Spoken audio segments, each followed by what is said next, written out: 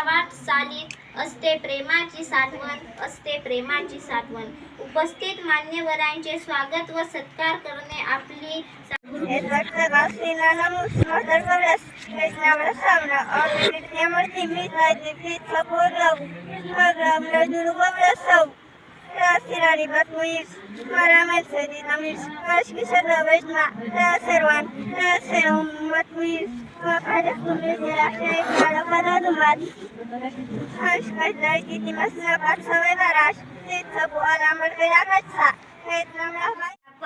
पाएंगे.